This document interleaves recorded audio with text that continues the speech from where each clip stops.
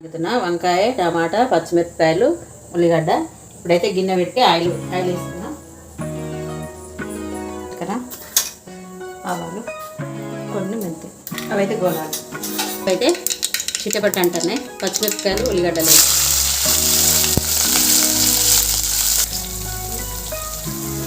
అల్లం పేస్టు, పసుపు, అల్లం పేస్ట్ పసుపు అయితే గొల్లింది. ఇప్పుడైతే కడిగి పెట్టిన వంకాయ ముక్కలు కూడా వేసుకోవాలి. వేసుకొని క్రాస్ పెట్టేసి ఇవి కూడా ఫ్రై కానియాలి. వంకాయ ముక్కలు అయితే 2 సార్లు 3 సార్లు మంచిగా కడుక్కోవాలి. అప్పుడే వంకాయ అనేది చేదు రాదు.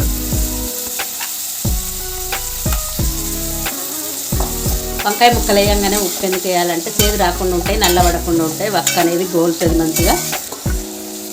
వంకాయలు అయితే గోలినాయి కదా. ఇప్పుడు మనం కోసి పెట్టుకున్న టమాటాలను కొత్తిమీర కూడా వేసేసి మూత పెట్టేసి కొంచెం కారం మీద వేసి ఇట్లా వక్కలన్నీ మధ్యలో కనాలి.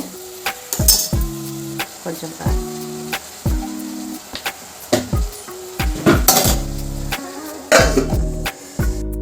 ఇక టమాటా మధ్యలో వేసినాం కదా మనం. ఇట్లా మెత్తగా ఉడికిపోతుంది. ఒకసారి ఇట్లా కలిపేసి ఫుల్ పెట్టేసి కలిపేసి స్టవ్ ఆఫ్ చేసుకుంటే వంకాయ కర్రీ రెడీ. టమాటా అయితే చూడండి మధ్యలో వేసి వక్కలన్నీ మనం ఇట్లా వేసేస్తే మొత్తం ఉడికిపోతుంది.